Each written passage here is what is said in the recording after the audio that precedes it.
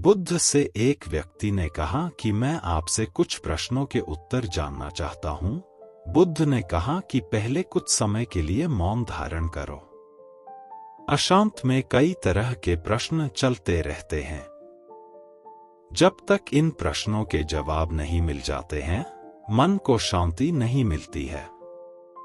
मन को शांत करने का सबसे सटीक तरीका है मौन धारण करना। एक दिन गौतम बुद्ध से मिलने एक व्यक्ति पहुंचा। वह व्यक्ति बुद्ध से बोला कि मैं आपसे कुछ प्रश्न पूछना चाहता हूं। कृपया आप मेरे प्रश्नों के उत्तर दीजिए। बुद्ध ने देखा कि वह व्यक्ति बहुत अशांत लग रहा है।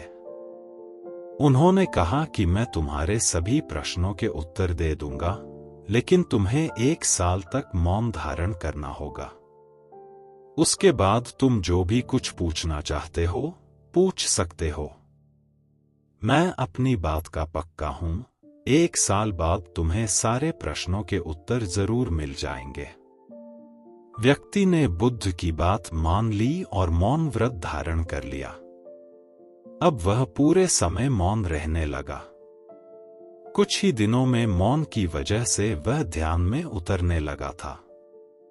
उसका मन शांत होने लगा।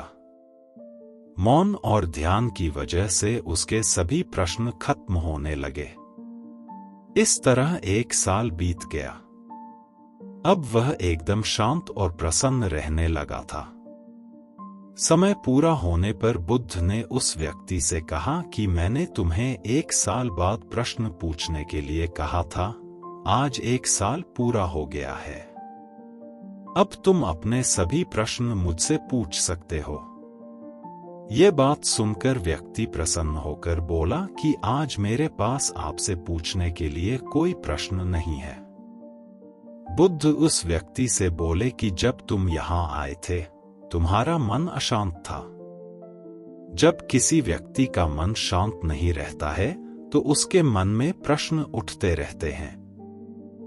अशांत मन परेशानियों का कारण बनता है। हमारे मन की 2 अवस्थाएं हैं।